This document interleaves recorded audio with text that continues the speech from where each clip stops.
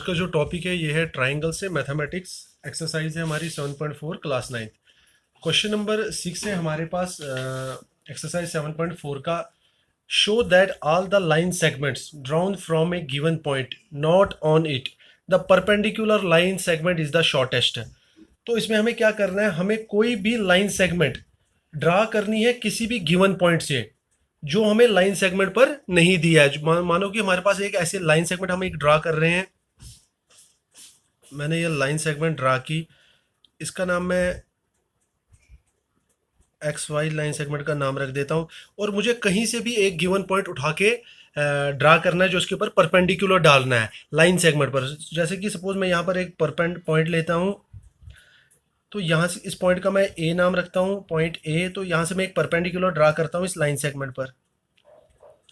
तो ये मेरा परपेंडिकुलर यहाँ मैंने ड्रा कर दिया और इस ए को मैं इस लाइन सेगमेंट के साथ ज्वाइन करवाता हूँ।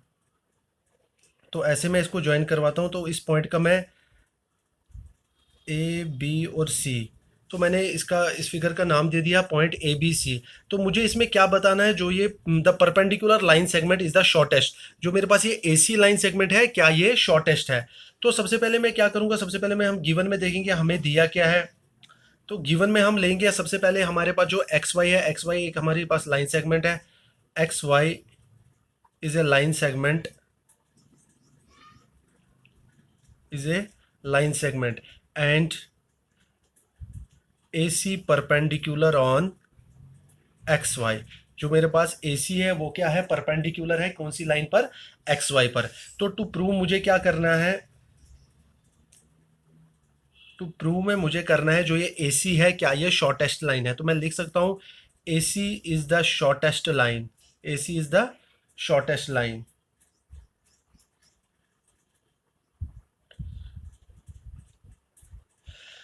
तो मैं क्या करूँगा प्रूफ में, सबसे पहले अगर आप देखोगे हमें प्रूफ में मेरे पास ट्राइंगल कौन सा यहाँ पर फिगर में बन रहा है, ट्राइंगल ए बी सी। तो मैं लिख सकता हूँ मेरे पास जो ट्राइंगल ए बी सी है, मैं लिख सकता हूँ in triangle A B C.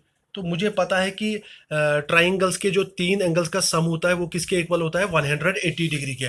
तो इस ट्राइंगल में मैं देखूंगा मेरे पास कौन कौन सा एंगल है, एंगल ए बी और सी। तो मैं लिख सकता हूँ angle A plus B, angle A plus angle B plus angle C is equal to 180 degree. तो इसका रीजन दे देंगे हम angle sum property, sum of angles of a triangle is equal to 180 degree. तो साथ में मुझे ये भी पता है कि जो मेरे पास जो एंगल सी है वो हमें गिवन में दिया है क्योंकि ये परपेंडिकुलर है। तो यहाँ मैं गिवन में लिख देता हूँ also angle C is equal to 90 degree. तो मैं यहाँ पर लिख सकता हूँ जो मुझे स्टेटमेंट में दिया था, जो एंगल सी है जो मुझे ए सी लाइन है वो मेरी परपेंडिकुलर है। तो इसका मतलब वो कि एंगल सी जो मेरा है वो 90 डिग्री है। तो मैं यहाँ पर लिख सकता हूँ जो angle A plus angle B plus angle C, इसके बदले में लिख सकता हूँ 90 degree is equal to 180 degree. तो यहाँ पर मैं लिख सकता हूँ angle A plus angle B किसके इक्वल होंगे, ये 180 माइनस 90 डिग्री। तो angle A plus angle B तो किसके इक्वल हो गया, 180 माइनस 90।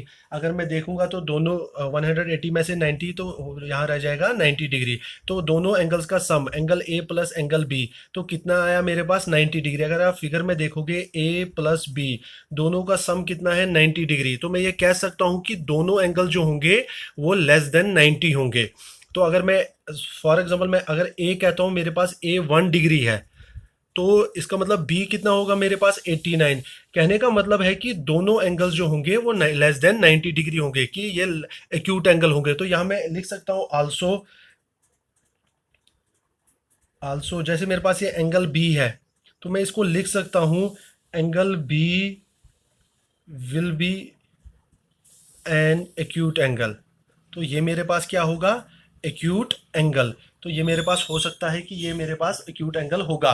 तो इसका मतलब क्या हुआ, मैं लिख सकता हूँ जो मेरे पास एंगल बी है, एंगल बी जो है वो लेस देन होगा किससे, एंगल सी से।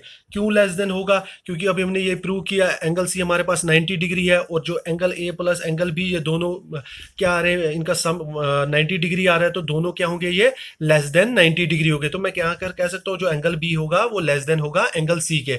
तो हमें ये भी पता है कि जो क्या कहते हैं ग्रेटर एंगल होता है ट्राइंगल में, तो उसकी अपोजिट साइड भी लॉन्गेस्ट होती है। अगर हम देखेंगे इन दो में, ग्रेटर एंगल बी और एंगल सी में, जो एंगल सी है वो बड़ा एंगल है, तो उसके अपोजिट कौन सी साइड आ रही है, ए बी आ रही है। तो एंगल बी के अपोजिट, जो एंगल बी है उसके अपोजिट कौन सी साइड आ रही है, ए सी है। तो मैं कह सकता हूं जो ए सी होगी वो क्या होगी, लेस देन होगी किससे, ए बी से। तो मुझे यही प्रूव करना था इसमें, जो मेरे पास ए सी है क्या वो शॉर्टेस्ट साइड है, the perpendicular line segment is the shortest, जो मुझे क्वेश्चन में दिया था, जो मेरे पास परपेंडिकुलर लाइन है क्या वो ट्राइंगल में सबसे शॉर्टेस्ट है। तो मेरे पास इस ट्राइंगल में परपेंडिकुलर लाइन कौन सी दी है, ए सी। तो यहाँ पर हमें प्रूव हो चुका है जो ए सी है वो लेस देन किससे है, ए बी से। तो मैं यहाँ पर लिख सकता हूँ therefore A C is the